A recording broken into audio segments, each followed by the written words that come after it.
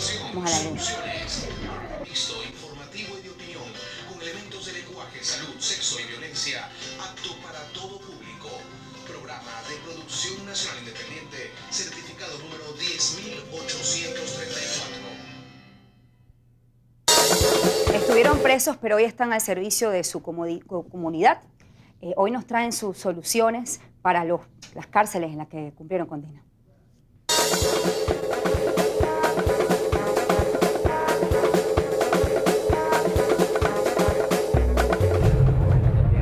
Lo que recuerdo claro es la oscuridad y el mal olor de una cárcel. Los hombres desesperados en campos de concentración de seres humanos que en Venezuela se llamaron el cementerio de hombres vivos. Y yo le agarré más miedo a la prisión. Yo decía, mío, ¿qué es esta broma? Tú un monstruo aquí adentro. Es un monstruo de cemento. La mayoría de las cárceles a nivel nacional están llenas de jóvenes. Jóvenes pudriéndose y muriéndose ahí, acabándose el futuro de Venezuela, porque ese es nuestro futuro como tal. Yo vendiendo jugo, vendiendo empanadas, yogur, refresco, me sustentaba porque dormía también en la cárcel. Y así muchos compañeros que a veces no teníamos dinero, pero nos ayudábamos y no queríamos delinquir. Bastante trabajé de buhonero y con un trabajo honrado, y el dinero que ganaba ya lo sentía propio, ganado, sudado. Y así empezamos a trabajar con proyectos de la Casa Hogar. Yadira, de aquí para adelante es un mundo nuevo, una vida distinta, y demuéstrale a esa gente que aún sabiendo que tienes rechazo, tú le tienes que demostrar de que tú sí vas a cambiar. Ay, Dios mío. Y aquí Vladimir salió siendo un delincuente en este hogar. Y bueno, aquí está Vladimir nuevamente, un hombre cambiado. ¿Cómo podemos lograr que los que están privados de libertad y los que salen de la cárcel sean hombres de bien, sirvan a su país, sirvan a su comunidad? Cuando yo veo los casos de Vladimir, de Yadira y de Gilbert, me doy cuenta que solo se necesita una oportunidad para poder cambiar esa realidad carcelaria que tenemos en nuestro país. Les doy la bienvenida el día de hoy a Gilbert Caro. Estuvo 10 años preso, es activista hoy de los derechos humanos y coordinador de la Comisión Penitenciaria del Comando Venezuela. Yadira Silva, quien estuvo 8 años presa, estuvo en 8 cárceles del país, rodó por allí, ¿no? Sí. Pertenece a las redes populares de Voluntad Popular y es activista social hoy en día. Y Vladimir Ramírez, quien estuvo 12 años preso, también estuvo en 8 cárceles del país, es coordinador hoy nacional de las redes populares de las cárceles y prevención del delito a nivel nacional. Buenos días y bienvenido. Muchas gracias. Yo lo primero que quiero que ustedes le cuenten a la gente cómo es una cárcel en Venezuela. ¿Qué vivieron ustedes allí? Esa realidad que a veces de afuera no conocemos y solo pues el que estuvo preso la puede describir, la puede contar. ¿Quién quiere comenzar? Bueno, gracias por la invitación y buenos días a todos los venezolanos y especialmente a el canal que tiene esta ventana para que nosotros podamos llevar esperanza al venezolano. Bueno, yo cuando tú haces esa pregunta de cómo es una cárcel por dentro, me recuerdo desde niño visitar Tocuyito, que fue una de las cárceles que más me marcó porque visité a mi hermano 5 años y era muy doloroso ver a diario en los años 80 personas nauseabundas, otros muriendo. El retén de Katia me tocó visitarlo en el año 84, cuando tenía 10 años, y más nunca se me olvidó o me quedó plasmado el olor que es indescriptible en mi vida, y creo que es eso. Una cárcel en Venezuela es un mal olor, es lo más horrible que puede tener y pasar un ser humano, un cementerio. Yadira, ¿cómo es una cárcel en Venezuela? Bueno, yo te diría que no se describe con palabras, es sentirlo. Solamente el que lo ha vivido sabe realmente lo que es esa situación. Por más que tú trates de describirla, de decirla, de contarla, solamente nosotros que realmente hemos palpado ese dolor y ese sufrimiento. ¿Qué y ese palparon? ¿Cuál es el día a día de un preso? El día a día, la sobrevivencia, sobrevivir, y eso nos tocó a nosotros y gracias a Dios, bueno, aquí estamos. Tus vivencias dentro de la cárcel. Muchas gracias. Bueno, mis vivencias fueron muy fuertes, pero yo le doy gracias a Dios porque Dios me sacó de ese mundo y me rescató de ese mundo donde estaba consumido y donde estás sumergido. Yo siempre voy a decir una palabra y siempre la digo, que para estar en una cárcel o para estar tras la reja no es necesario ser un delincuente. Cualquiera puede cometer un error en la vida y puede llegar a una cárcel, pero no se la recomiendo a nadie porque es muy fuerte, se viven muchas cosas, lo arropa a uno la tristeza, la soledad, donde uno puede hasta perder la vida de tanta soledad y de tanta tristeza que le llega a uno a su corazón. Pero yo me siento orgulloso de estar aquí en este programa en este día y le deseo todo lo mejor a todas esas personas que están privadas Vamos de a hablar libertad, que sigan del adelante. hacinamiento. ¿Con cuántas personas ustedes compartían una celda? Mira, en el año 94 piso por primera vez el retén de Katia y existía una ala de un pabellón, específicamente un piso, y nos mandaban luego a los otros pabellones en donde iba a ser el proceso. Era un internado el retén de Katia.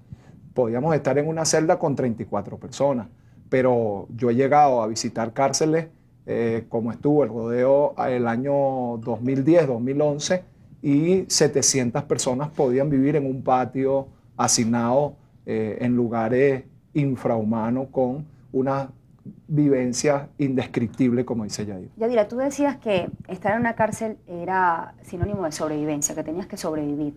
¿Qué tuviste que hacer tú para sobrevivir dentro de una cárcel? Comenzando, estuve en Tocorón, retirado de aquí de Caracas, en Maracay. Tuve 15 días sin visita y me mantuve a punta de agua con azúcar, pues, porque primero tiene un terreno apache, como uno lo decía, ¿no? Aparte de ser caraqueña, existía mucho regionalismo, pues. Y existía el miedo, pues, de que si yo decía, era mi primera vez en la prisión, y yo decía, bueno, Dios mío, si de repente yo pido un pedazo de pan aquí, a lo mejor me salen con otra, pues. Y aprendí a sobrevivir, aprendí esa sobrevivencia como más de uno lo ha tenido que hacer. Hay muchísimos que están allá adentro y de repente no comen lamentablemente la basofia que se sirve ahí, sino de repente hay muchos que tienen que esperar a su familia o de repente conseguir una caja de cigarro y tratar de resolver para poder comprarse el pan. A ver, cuando ustedes me dicen de sobrevivir, ¿qué cosas se tiene que hacer? Yo me pregunto a veces cuando uno ve, en este caso en la época que tú estuviste preso, por ejemplo, Gilbert, tú dices que no se llamaba plan, sino era ser líder. La gente se convierte en líder y trabaja con estos líderes por necesidad, por sobrevivir, porque si no, pues no salen de ese monstruo. Sí, una de las cosas es que cada padre de familia tiene la responsabilidad de velar por sus hijos. Hay un Estado y unas normas que deben ser aplicadas dentro de una cárcel por un ente que rija el sistema. Cuando hay un vacío de ese ente o hay una carencia de esa autoridad, hay lo que podemos llamar un desorden de las normas y quién organiza a la hora de comer. ¿Quién es el primero que nos organiza a la hora de ir a un baño? Cuando no hay un régimen, existe esa problemática y la sobrevivencia dentro de la cárcel es total desde que tú entras para ver en dónde vas, porque cuando una persona entra a prisión tiene que, no es que va a ir una cerda y te toca esta cerda número tal, no. Tiene que entrar y sobrevivir, valga la redundancia, dentro de ese sistema. Tenemos que hacer una pausa, pero como este programa es de soluciones, yo siempre me pregunto qué fue el momento, el episodio, qué les pasó a ustedes que los motivó a cambiar. Porque cuando uno entra a una cárcel, tú tienes dos opciones. O lo que se describe como la universidad del delito, de repente entraste por un delito menor y terminas cometiendo delitos mayores para poder sobrevivir, que es el caso de lo que ustedes describen, o decides cambiar. Ustedes decidieron cambiar. ¿Por qué? Eso me lo van a responder al regreso. Hacemos una pausa y luego voy con su mensaje a través de Twitter. Gracias por acompañarnos y ya regresamos.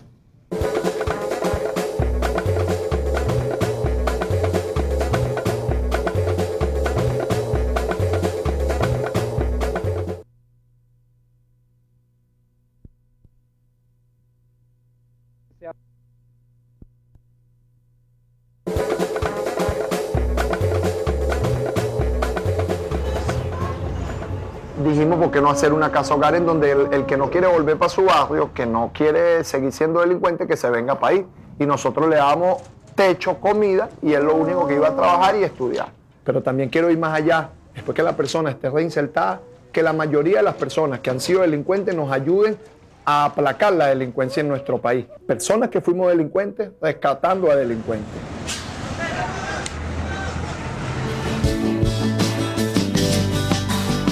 ¿Qué puede motivar a un preso a cambiar? Es el tema que estamos tocando el día de hoy aquí en Soluciones. Es la pregunta que dejé en el aire. Quiero que ustedes me la respondan. ¿Cuál fue el episodio? ¿Qué experiencia vivieron dentro de la cárcel? ¿Cuánto ustedes estuvieron dentro de la cárcel antes de cambiar? ¿Y qué los llevó a tomar esa decisión, Vladimir? Bueno, yo duré muchos años en la cárcel para buscar de cambiar mi vida, pero una noche dije que ya era basta, que yo tenía que seguir por el camino bueno. Yo recuerdo que siempre decía que cuando yo estaba en el mundo de la delincuencia que yo lo tenía todo, pero mentira, estaba equivocado. Cuando uno está en el mundo de la delincuencia, uno tiene el poder es al momento, pero mañana uno no sabe dónde uno puede estar. Y yo tomé esa decisión de cambiar mi vida por mis hijas. Tengo una hija de 7 y una hija de 9, que las amo y las adoro mucho, pero ¿cómo hago yo para querer a mis hijas? ¿Y cómo hago yo para querer a mi familia? ¿Cómo hago yo para querer a mi madre? O a las personas que nos rodean. Primero que todo tiene que quererse uno. O sea, yo tomé la iniciativa de quererme yo primero para poder querer a otra persona. Y esa fue la iniciativa de cambiar mi vida y dije, hasta aquí llego yo y no voy a seguir más en este mundo. ¿Cuándo decide Yadira cambiar? En Mira, medio de ese entorno. A ver, ¿cómo van a sí, en explicar medio cómo de se ese logra entorno, después que tenía como 3 años y medio más o menos, y mis hijos me visitaban y me decían, mami, ya, te necesitamos. Pero era la sobrevivencia de que nunca tampoco estuve en un penal como tal, pues siempre salía de traslado de diferentes penales del país. Y un día normal, dije, bueno, ya, yo creo que ya está bueno. Yo pienso que no debo llenarme de rencor aquí adentro y debo trabajar hacia un futuro que está allá afuera, que eran mis hijos, que son el motor de mi vida. A ellos les debo el seguir aquí y el mantenerme. Gilbert, ¿qué te motivó a cambiar? Sí, mira, yo estuve 22 meses en un calabozo sin ver el sol, sin ver la lluvia. Y un día fue un fiscal y nosotros pusimos garita. Y yo tenía una pañoleta de los Estados Unidos, una escopeta, unos lentes. Y muchísimos años tenía el corazón como una piedra, ¿no? Él fue una vez y nos preguntó que cuáles eran las inquietudes que nosotros sentíamos. Y yo le dije, bueno, ¿usted quiere ver cuáles son nuestras inquietudes? Vaya y vea al baño que hay como 500 cucarachas y esas son nuestras inquietudes diarias. Esas inquietudes, ese dolor, que yo no sé si sentía el dolor o el dolor me sentía a mí, me llevó un día a estar en una celda después, porque te tienes que mostrar con aquella cara de hombre, rudo, de que no eres débil delante del otro para sobrevivir y para liderizar un poco de delincuente. Pero cuando entraba a la celda y trancaba la puerta, pues yo sí tenía mi celda, una cama matrimonial y me acostaba, un día me encolvé como un niño y lloré de tanto dolor por estar solo, porque vives con mucha gente pero estás solo, esa es la palabra. Y un hombre fue a predicarme a Jesús y Jesús era todo lo contrario a lo que yo hacía. Jesús puso la mejilla y él me decía que él había cambiado. Entonces aquel hombre, Javier Debú, me habló que Jesús cambia y yo le dije que orara por mí. Él quitó la garita, la quitamos, me puso la mano y oraron por mí hasta hoy. Más nunca quise agarrar un arma. En 13 años, gracias a Dios, yo siento que Jesús entró a mi vida. Ustedes cambiaron. La pregunta es cómo se hace para cambiar en ese entorno cuando dicen ustedes que tenían que sobrevivir. ¿Cómo lo lograron? Eso me lo van a responder al regreso. Y también quiero que me den las soluciones para que deben aplicarse en las cárceles. Ustedes que vivieron adentro, ¿qué cosas necesitan los presos para sensibilizarlos? Vamos a hablar de eso y el valor de la vida. Hacemos una pausa y ya regresamos con más.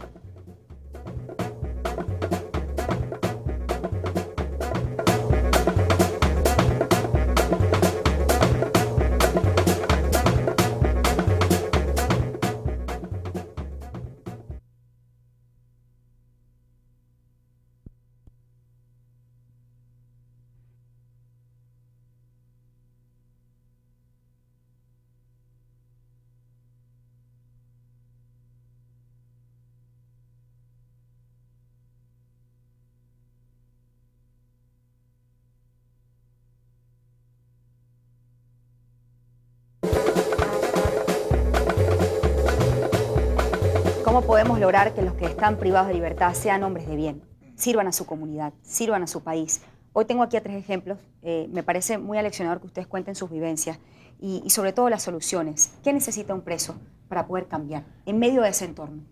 Bueno, mira, yo siempre he tenido una propuesta muy buena para las cárceles a nivel nacional, donde yo creo que el Estado debería de hacer convenio con las empresas y meter empresas en las cárceles donde debería haber una clasificación de delitos y que los reclusos, los internos, los privados de libertad tengan una fuente de trabajo, tengan universidades, tengan liceos, tengan escuelas, tengan áreas de deporte donde ellos puedan mantenerse y esas personas que trabajen adentro en la cárcel puedan salir de la cárcel a un empleo en la calle.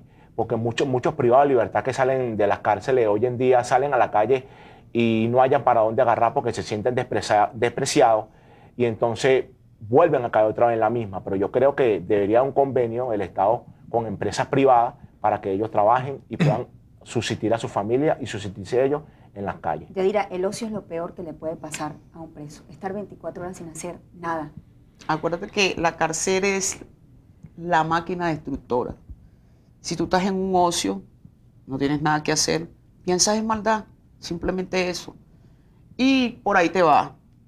Siempre si tropiezas, si chocas, aunque te voy a decir algo, entre hombres y mujeres, a pesar de que nosotros mujeres presas sufrimos, el hombre sufre aún más, porque es triste cuando un hombre igual a un hombre humilla a otro.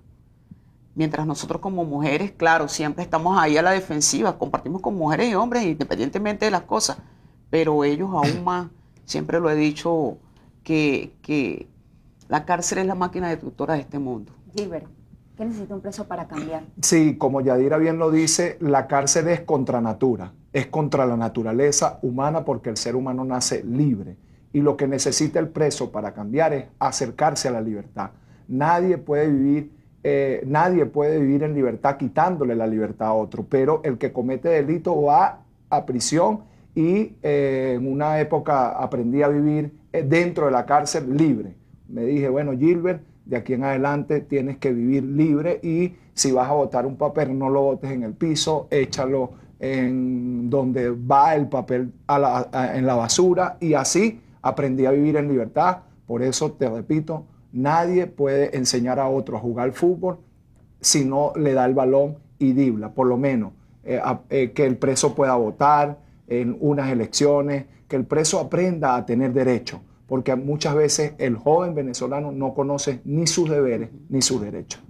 Una cosa que a mí me llama la atención es cómo percibe la vida una persona que comete delito, cómo nosotros podemos inculcarle valores a las personas que están privadas de la libertad.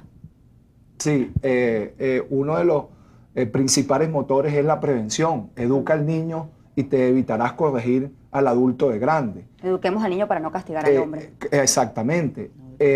Una vez que es más difícil educar al hombre, pero en nuestra sociedad también entra el otro problema, que tú tienes que convencer a la sociedad que él ya cambió y que esa persona es una tarea titánica de quienes estamos en el medio, tratando de que el hombre cambie y que tenemos a un joven como delincuente, mira, cambia, pero también tienes a la sociedad, no le creo, no doy oportunidades. Entonces, en esa tarea andamos, creando oportunidades. Que tú hablas del tema de la oportunidad. Ustedes tienen una tarea bastante titánica y es que la sociedad vuelva a confiar en ustedes. Y han confiado. Sí. Han confiado. Y lo mismo pasa con las personas que están ahora privadas de libertad cuando van a salir. ¿Qué dirían ustedes a las personas que deben confiar en ustedes, dar la oportunidad cuando en algunos casos ustedes le quitaron un bien o en otros incluso la vida de un familiar? ¿Por qué esa persona debería ayudarlos a ustedes? Sí, mira, yo te doy muchísimos ejemplos. Pero deja ahorita que Yadira me hable y Vladimir y luego va Gilbert. Bueno, déjame decirte poniendo orden que aquí. una vez yo lo comenté en el documental, pues dije, cuando yo regresé a Coche, que ahí es donde vivo, la gente corrió y yo me sentí sumamente pequeña. Hoy en día todas esas personas me dan la oportunidad y he crecido en mayúscula. Gracias a ellos, a Roberto, a Salomón, a Yebran, Barroso, y bueno, y si te nombro son demasiadas personas que de verdad me han dado esa oportunidad tan hermosa y estoy súper agradecida con todo ¿Por ello. qué deberían darte la oportunidad, Gilbert? Bueno, a mí muchas oportunidades me han dado. Cuando salí de la cárcel me sentí despreciado y no hallaba para dónde agarrarme. Encontraba todavía en 4 paredes, que hasta el sol de hoy llegué a las redes populares, donde me abrieron las puertas, que yo nunca pensé que me iban a abrir las puertas. Me abrieron las puertas y muchas personas me han brindado oportunidades y aquí estoy trabajando, luchando por este país, luchando por los privados de libertad y por todas esas personas que en verdad necesitan oportunidades, porque sí hay oportunidades en la vida y sí Dios, cuando Dios quiere darte oportunidades te las da, pero uno tiene que saberlas aprovechar. Gilbert, ¿por qué tienen que confiar Sí, en ti? mira, ¿Cómo recuperar la yo- confianza? A muchísimas personas he ayudado y he prevenido muchísimos homicidios, muchísimos delitos. En la prisión le salvé la vida a muchísimas personas porque como nuestras manos pueden haber estado para destruir, hoy están para edificar y aquí están estas manos para construir un mejor país y dar soluciones a otros. En especial le doy muchísimas gracias a quienes han creído en nosotros, al señor Free de Tiendas Proplaye, a Lucila Bellutini, a Nicolás Cárdenas, a mis compañeros de trabajo, a Leopoldo López, toda esa gente hermosa, y usted pare de contar, como Sí, Morela Gómez, que son hermosísimas Tengo personas que han creído en despedir. nosotros. Gracias por habernos acompañado. Su Yo iba a decir testimonio. las cosas. Me ibas a decir algo para cerrar, pero ya me tengo que Sí, ir. para Dime. cerrar lo que iba a decir. Dime. Bueno, mira, recuerda que ya este domingo es el Día de las Madres y quisiera darle una felicitación a todas las madres de Venezuela, especialmente a mi madre y especialmente a Yadira, que es mi amiga, que la quiero mucho. Y yo dije que desde el primer día que yo decidí cambiar mi vida, y yo cambié mi vida, yo dije, ahora sí quiero a mi madre, porque antes no la quería porque andaba en lo malo, pero ahora que estoy en lo bueno, sí puedo decir con mi moral y con mi cara en alto de que sí quiero a mi madre, quiero a mi familia y quiero a todas las personas que nos rodean. Que Dios lo bendiga a todos y le mando un gran saludo a las redes populares y Que tu seguiremos testimonio adelante. vaya por delante. Definitivamente ustedes son un testimonio leccionador. Me doy cuenta que cuando uno le da la oportunidad y la herramienta, cuando uno cambia un arma por una herramienta de trabajo, cuando le da un libro a un niño, definitivamente podemos lograr que la gente cambie. Y esa es la solución Y para que que vean cambie el nuestro documental. sistema penitenciario. Gracias por habernos acompañado el día de hoy. Gracias a ustedes por su Gracias testimonio. a ti, mamá. Gracias.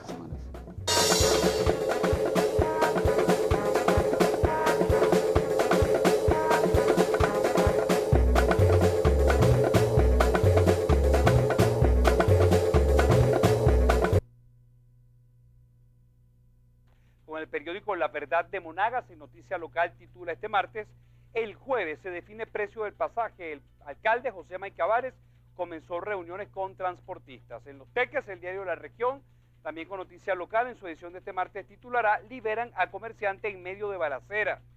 Secuestradores huyeron al caerse a tiros con el Cuerpo de Investigaciones Científicas en Los Teques.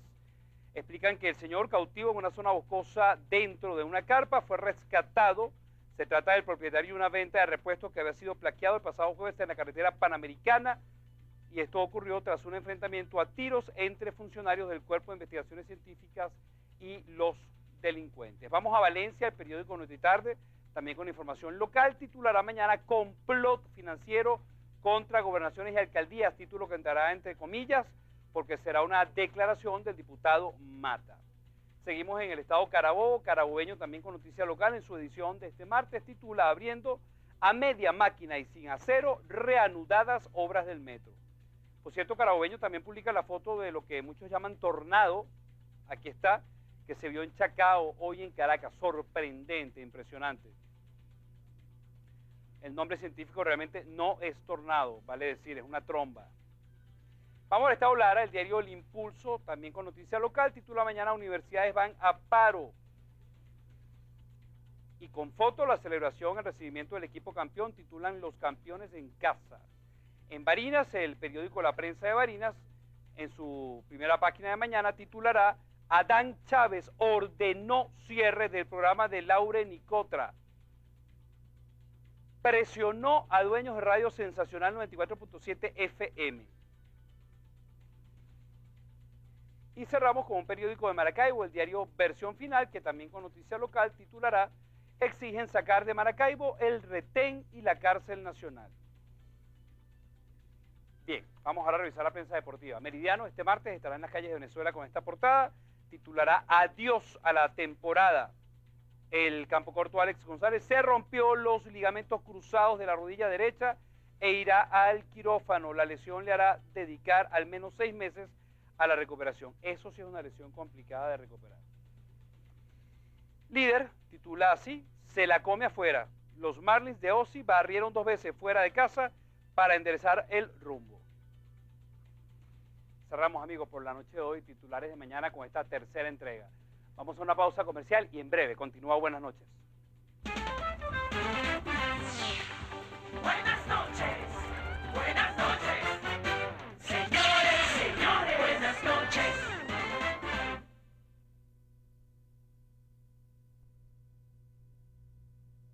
Por séptima vez aquí es mucho más que un sueño. En mi vida me hubiera imaginado hacer lo que he hecho. O sea que muchísimas gracias a todo el público para el apoyo. Merci beaucoup a todo el público.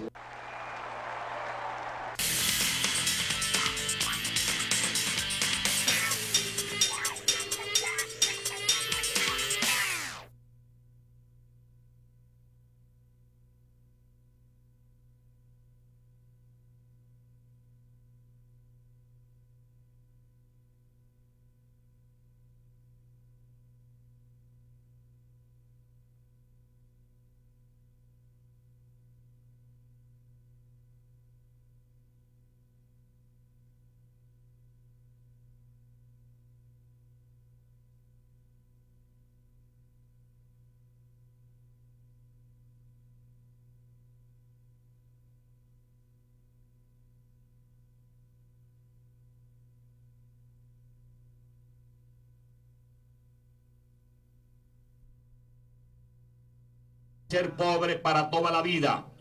El mensaje que yo quiero dar es distinto. Mujer del barrio, hombre del campo, joven de los sectores pobres.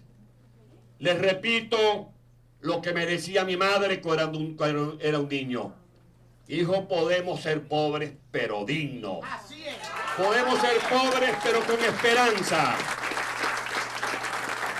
Y el mensaje que tenemos que darle a las familias de Venezuela es que si al lado de ese balancín de petróleo, como el Sumaque 1 que sigue estornudando crudo, si al lado de esos yacimientos de gas que se están descubriendo, si al lado de esas máquinas que producen aluminio, no están bien sembradas las familias como un roble recio, no serán sino instrumentos para nuestras propias desgracias.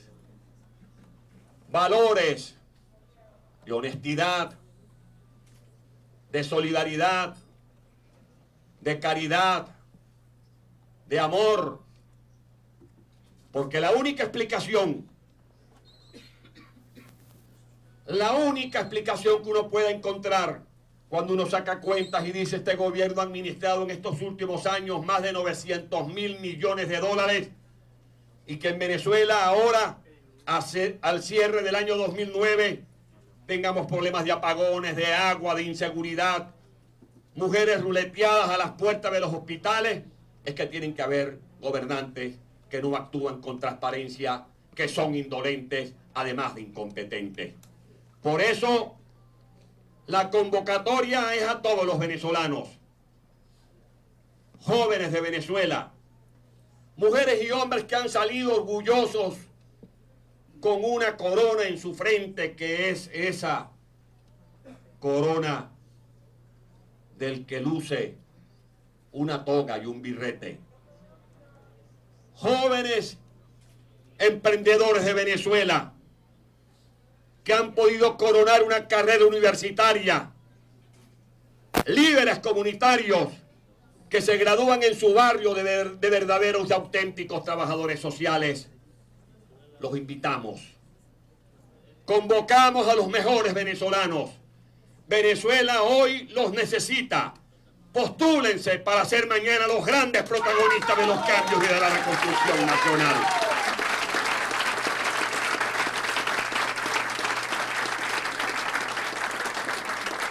En cualquiera de sus caras estará mañana el mejor ministro de Transporte.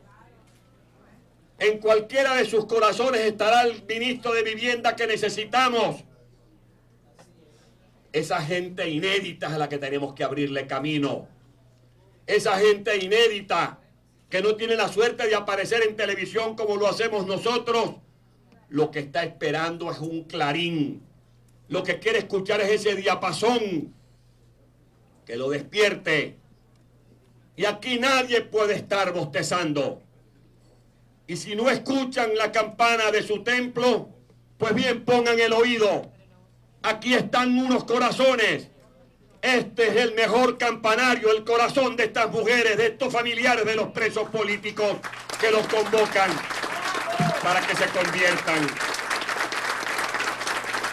en integrantes de esta gran cruzada por la libertad. No queremos odio, no queremos revanchismo, porque eso nos hace muchísimo daño. El país está enfermo de revanchismo, de odio. La gente lo que quiere es empleo. La gente lo que quiere son buenos servicios. Yo he tenido la oportunidad de ir a algunos países en los últimos días.